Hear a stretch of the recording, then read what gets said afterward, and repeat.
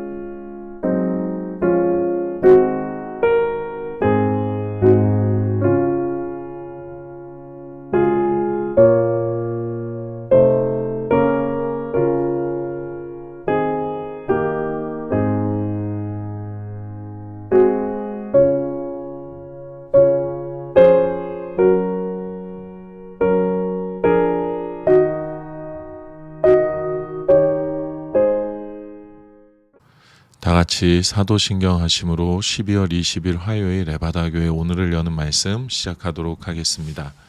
나는 전능하신 아버지 하나님 천지의 창조주를 믿습니다. 나는 그의 유일하신 아들 우리 주 예수 그리스도를 믿습니다.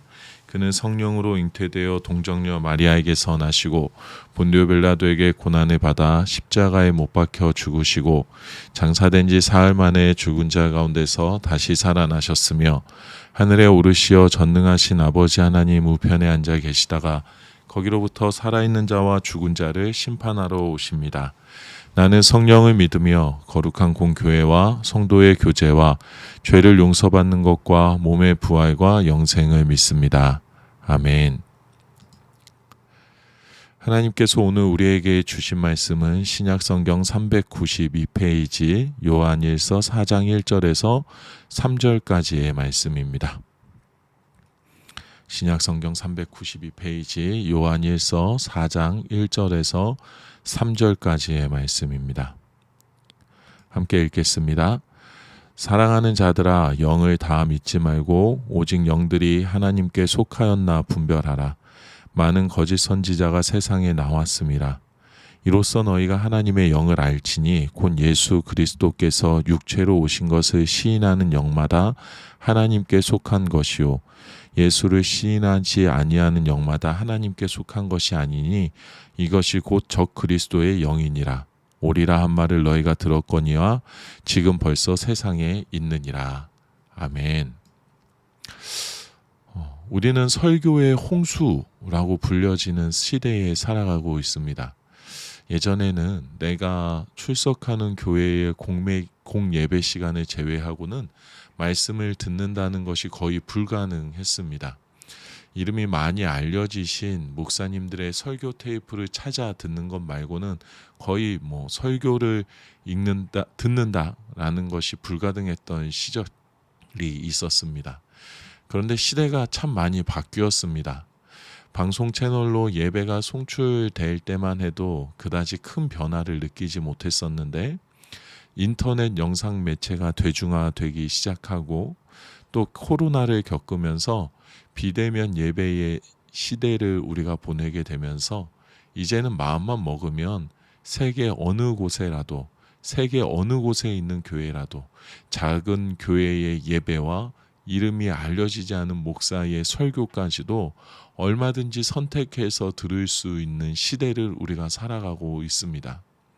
하루 24시간 내내 예배의 방송과 설교를 틀어놓아도 다 소화할 수 없을 정도의 설교의 홍수라고 표현하기에도 조금은 모자른 것 같은 시대를 우리가 살아가고 있습니다. 여기에는 분명한 장점이 있습니다. 믿음의 사람들이 자신의 일상적인 삶 속에서도 말씀을 가까이 하고 하나님과의 친밀한 교제, 공동체와의 친밀한 교제를 이루어갈 수 있다는 분명한 장점이 있습니다. 반면에 단점도 분명히 존재합니다.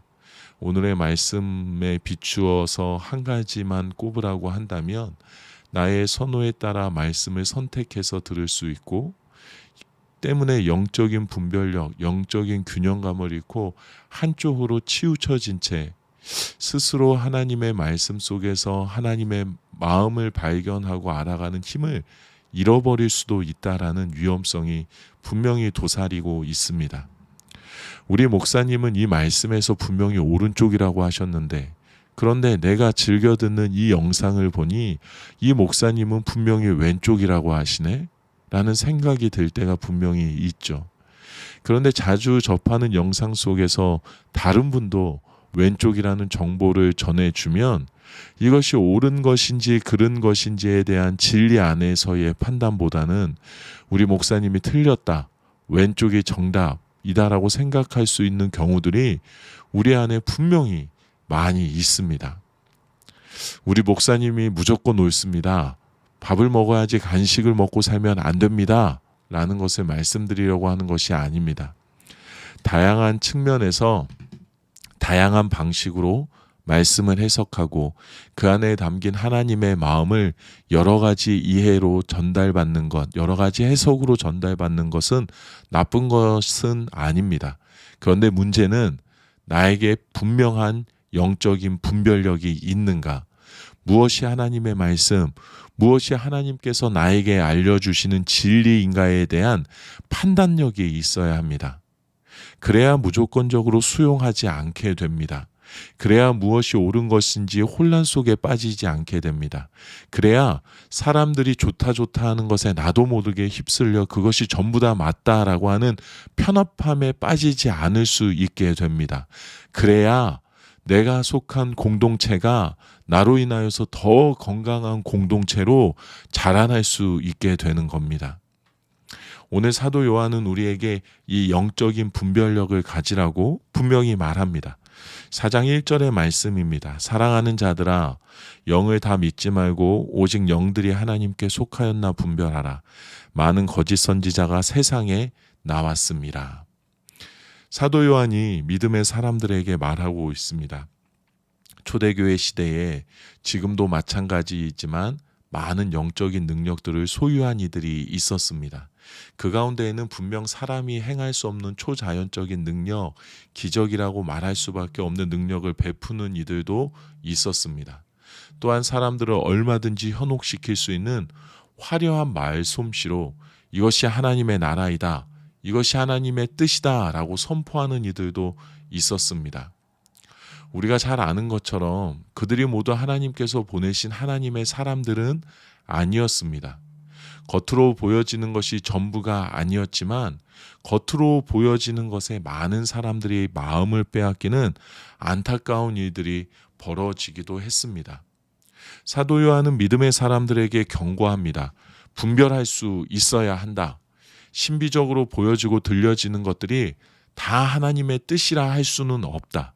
우리의 믿음을 무너뜨리기 위해 호시탐탐 기회를 엿보는 사탄의 공격을 이겨내기 위해서는 분별력을 가져야 한다라는 것을 말합니다.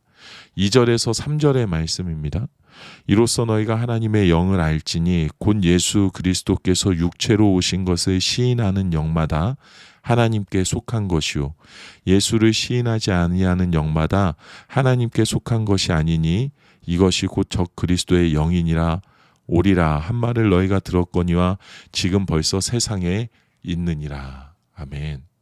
그렇다면 사도 요한이 말하는 영적인 분별력이 무엇이냐?